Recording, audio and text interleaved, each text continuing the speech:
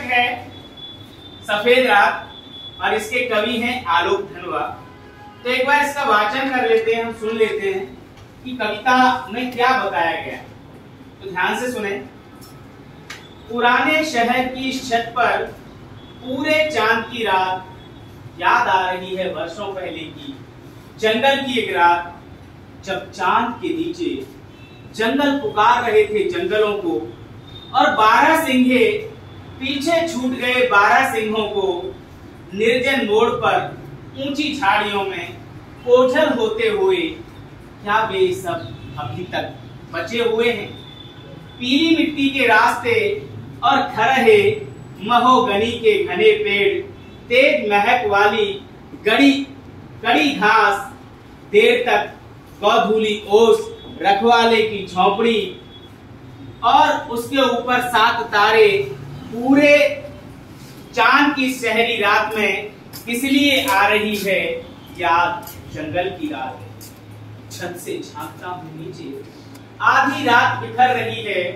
दूर तक चांद की रोशनी, सबसे अधिक खींचते हैं फुटपाथ, खाली खुले आधी रात के बाद के फुटपाथ, जैसे आंगन छाए रहे मुझ में बचपन से ही, और खुली छतें बुलाती रही रात रोते ही। रही भी रहूं क्या है चांद के उजाले में? इस बिखरती हुई आधी रात में एक असहायता जो मुझे कुचलती है, और एक उम्मीद जो तकलीफ जैसी है। शहर में इस तरह बसे कि परिवार का टूटना ही उसकी बुनियाद हो जैसे। न पुरखे साथ आए, न गांव, न जंगल, न जानवर। शहर में बसने का क्या मतलब? शहर में ही खत्म हो जाना। एक विशाल शरणार्थी शिविर के दृश्य, हर कहीं उनके भविष्यहीन तंबू। हम कैसे इस सफर में शामिल हैं कि हमारी शक्ल आज भी विस्थापितों जैसी, सिर्फ कहने के लिए कोई अपना शहर है, कोई अपना घर है, इसके भीतर भी हम भटकते ही रहते हैं। लखनऊ में बहुत कम बच रहा है लखनऊ, इलाहाबाद में बहुत कम इलाहाबाद, कानपुर और बनारस और पटना और अलीगढ़। अब इन्हीं शहरों में कई तरह की हिंसा, कई तरह के बाजार, कई तरह के सौदाई।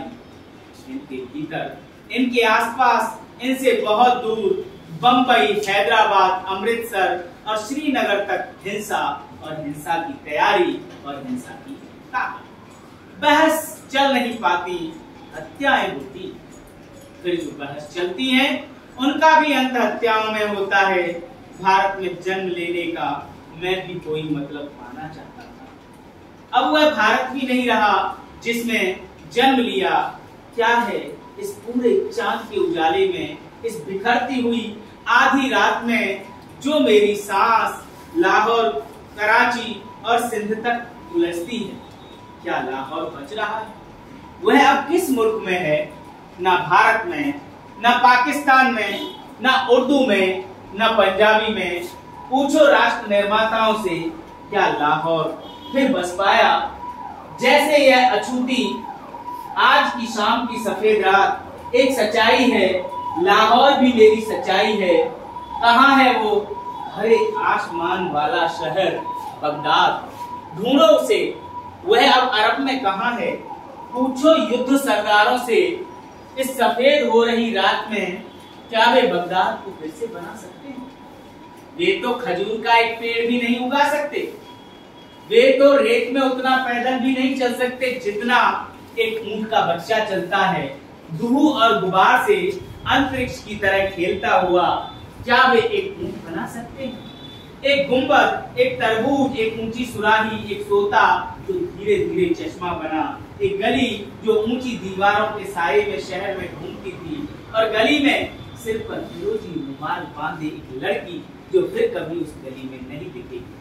अब उसे याद करोगे तो वह याद आएगी। अब तुम्हारी याद ही उसका बगदाद है, तुम्हारी याद ही उसकी गली है, उसकी उम्र है, उसका फिरोजी रुमाल। जब भगत सिंह फांसी के तख्ते की ओर बढ़े तो अहिंसा ही थी। उनका सबसे मुश्किल सरोकार उन्हें कबूल होता।